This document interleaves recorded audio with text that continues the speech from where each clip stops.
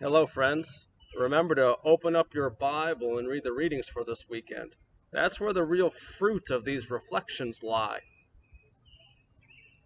For the last few weeks, we've been hearing about Jesus' works from Mark's Gospel. This weekend, we transition for the next number of weeks to hearing about Jesus in John's Gospel. And we jump right away into one of his most miraculous signs in John 6. Right at the beginning of this weekend's gospel, we're introduced to the multitude of people following Jesus because they see the signs he's performing on the sick. A little earlier, at the end of John 4, Jesus heals a royal official's sick son. And later in John 5, Jesus heals a paralytic at the pool of Bethesda. This multitude of people is hungry for more. They see something awesome in Jesus, but they can't quite figure him out. Perhaps they're hungry for another sign, so they follow Jesus all the way across the Sea of Galilee.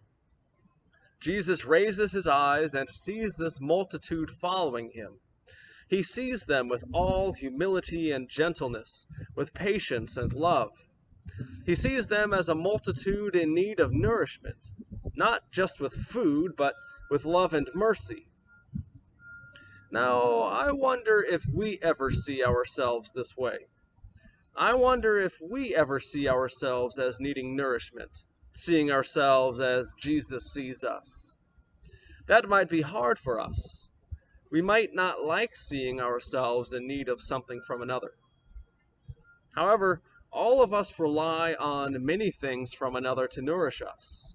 Whether we desire a particular artist to keep making music that speaks to us, or an actor to keep starring in TV shows for our pleasure, we take our fill of many things to nourish us physically, mentally, emotionally, or even spiritually.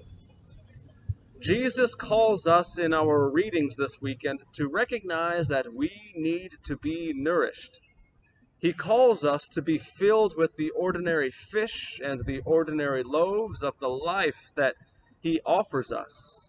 He offers us this ordinary life that overflows and shatters our natural expectations in extraordinary ways through his grace. This grace is a grace that, in its abundance, will never be wasted.